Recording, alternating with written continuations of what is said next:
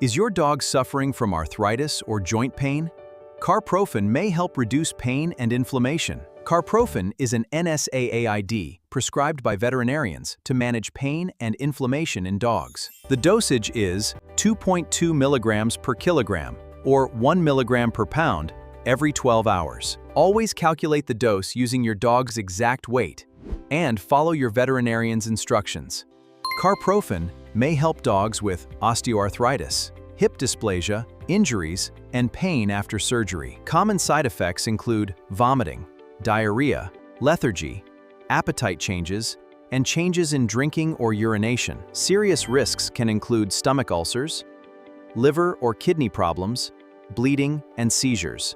Never combine Carprofen with other nonsteroidal anti-inflammatory drugs or steroids unless your veterinarian specifically approves it. Extra caution is needed for dogs with liver, kidney, heart, or gastrointestinal problems. Carprofen can improve comfort and mobility, but always use it under veterinary guidance for safety. For a dosage calculator, detailed benefits, potential side effects, which dogs should avoid this medicine, and safe serving ideas, visit our website through the link in the description.